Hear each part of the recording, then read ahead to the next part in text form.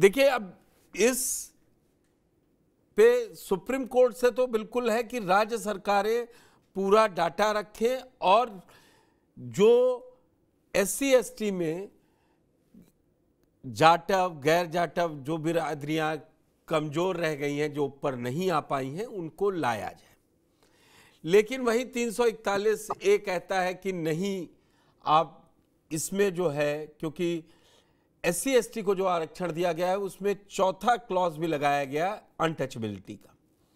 उस पर कोर्ट ने साफ किया कि हम समानता के आधार पर इसमें बांट सकते हैं, और वो उन्होंने फैसला दे दिया। उसके बाद बीएसपी पहली पार्टी थी जिसने सबसे पहले इसका विरोध किया, और अब धीरे धीरे सभी उसकी लाइन पर आ रहे हैं। हालांकि बीजेपी ने अभी तक नहीं क्लियर किया है। उनके सहयोगी आरएलडी मेरे साथ जुड़ी है, मुझसे पूछेंगे आपका टेक क्या है और क्या है इस पे सियासत।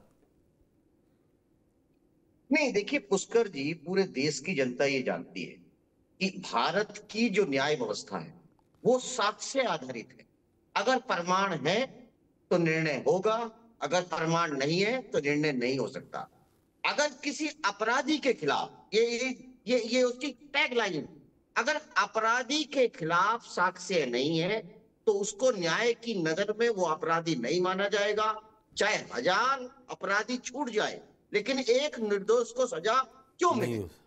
जब पूरे के पूरे राज्य सरकारें और भारत सरकार के पास ऐसे कोई आंकड़े किसी भी राज्य के पास उपलब्ध नहीं है कि जहां यह सिद्ध किया जा सके कि ये जाति या इस समुदाय का एक वर्ग है, इनका रिप्रेजेंटेशन ज्यादा है, इनका रिप्रेजेंटेशन कम है, सिर्फ कही सुनाई बातें, एक माइंडसेट होता है दलितों के प्रति, उनकी कुछ जातियों के प्रति हम आम तौर पे धारणा बना करके रखते हैं।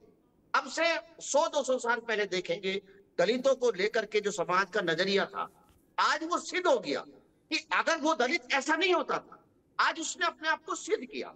तो मेरा कहना यह है कि कहीं ना कहीं एक मानवतावादी चेहरा, और माननीय सर्वोच्च न्यायालय को यह भी ध्यान रखना चाहिए कि किसी भी लोकतांत्रिक व्यवस्था में न्याय मिलना इतना महत्वपूर्ण नहीं है, लेकिन न्याय मिलता हुआ दिखना चाहिए। जो व्यवस्था के अंतिम पायदान पर कोई भी व्यक्ति अगर बैठा है, उसके अंदर न्याय पाने की आस खत्म नहीं होनी चाहिए। एक बात। दूसरी बात मैं ये कहूंगा कि देखिए, एक तारीख से लेकर के ये 10 तारीख तक की जो दूरी है, अभी लोकसभा के चुनाव की चिता की आग अभी ठंडी भी नहीं हुई थी। जो विपक्ष ये कह रहा था कि अगर संविधान बदलेंगे, अगर आरक्षण को खत्म करेंगे, तो हम ये खत्म नहीं होने देंगे।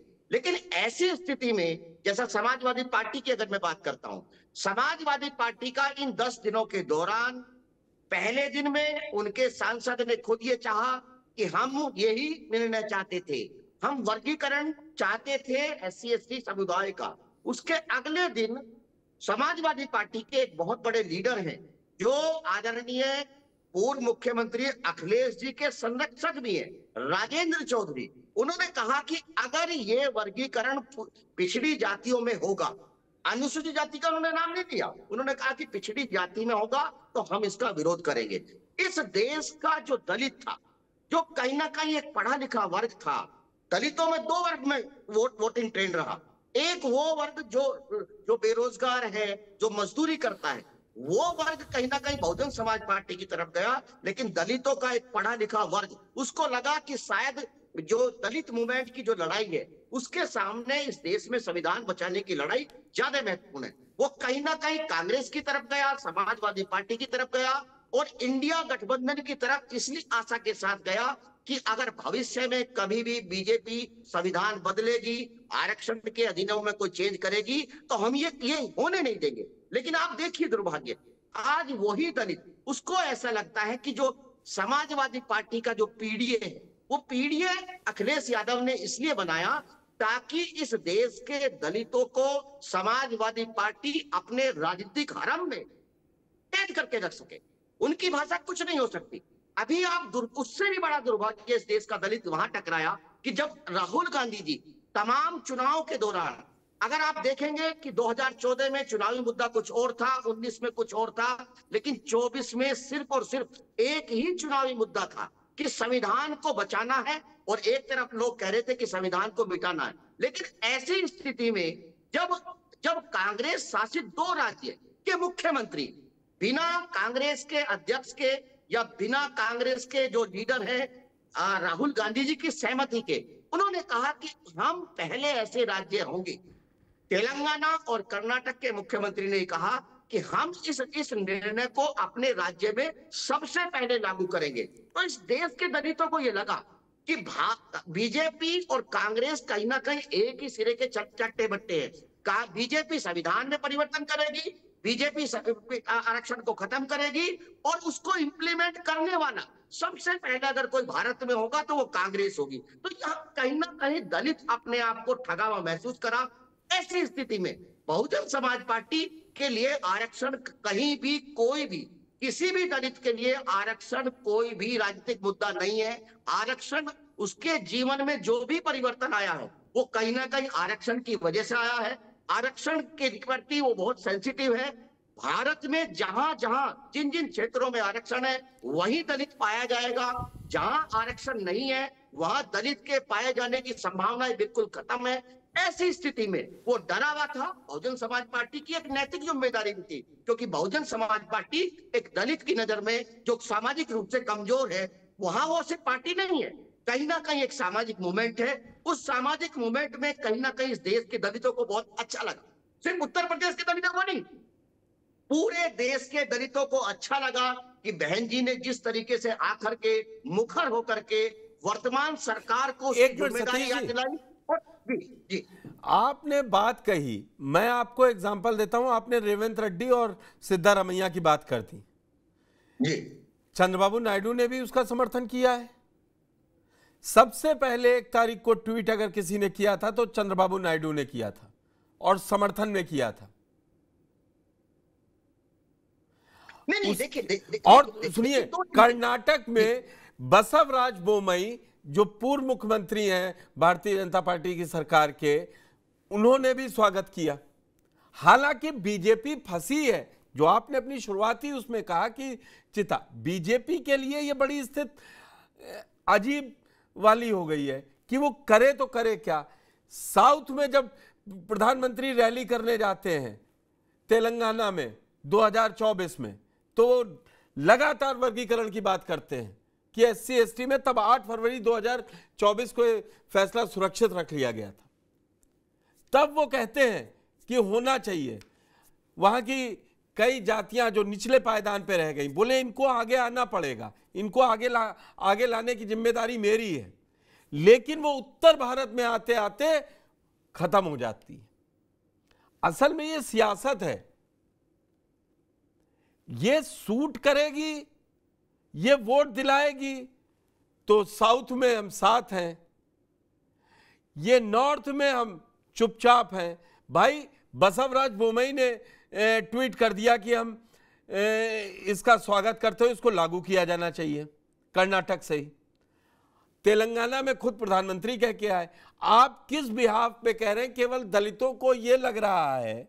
और मैं आता अभी समाजवादी पार्टी ने अब अपना स्टैंड अलग कर लिया है। रोहित जी के पास जाऊंगा, समझूंगा कि एनडीए के सहयोगी हैं, एनडीए में हैं। रामविलास पासवान लोक जनशक्ति पार्टी ने खुला विरोध किया है। समस्या इस समय बीजेपी के लिए ज्यादा है। आपको नहीं लग रहा है कि बीजेपी को पहले सरकार को स्टैंड क्लियर करना चाहिए? जब 100 सांसद मिले थे तो क्रीमी लेयर की जगह वो ये बताते वो वर्गीकरण के पक्ष में है कि विपक्ष में। सतीश जी। नहीं, देखिए 2 चीजें मैं आपको बताऊं।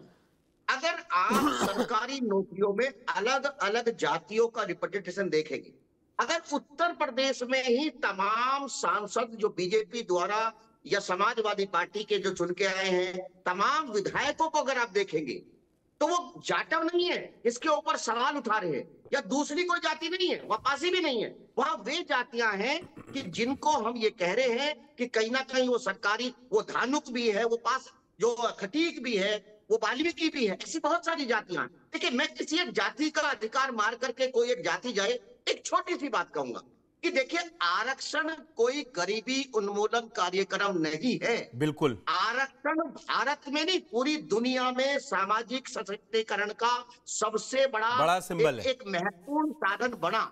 अमेरिका की जब सोसाइटी, भारत में आरक्षण अधिनियम 1935 है, लेकिन अमेरिका जहां पूंजीवादी व्यवस्था है, जहां सब कुछ सिस्टम प्राइवेट सेक्टर है, लेकिन जब मार्टिन लूथर किंग का आंदोलन होता है 60 के अंतिम दशक में, तो बाकायदा अमेरिका जैसी व्यवस्था 1970 में डाइवर्सिटी, जहां रिप्रेजेंटेशन है, हिस्सेदारी बाकायदा ब्लैक्स की तय कर करके आगे गई, और अमेरिका का ब्लैक बहुत बढ़िया तरीके से इस देश की व्यवस्था से जुड़ा।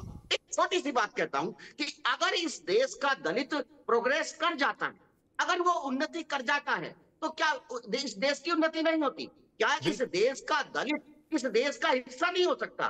क्या इस देश का दलित अगर कोई काम करना चाहता है, अगर उसको अपना प्रोडक्टिव बनाना चाहता है, तो आखिर ऐसे क्या हालात हैं सतीश कि जी, उसको मुझे जबरदस्ती इन सब चीजों से आपकी मैं सहमत हूं। आप मुझे ये बताइए, जब सुप्रीम कोर्ट कह रहा है कि एससी एसटी में जो नीचे हैं उनका प्रूफ के साथ लाके आप उसका वर्गीकरण कर दीजिए, तो इसका विरोध क्यों? विरोध क्यों?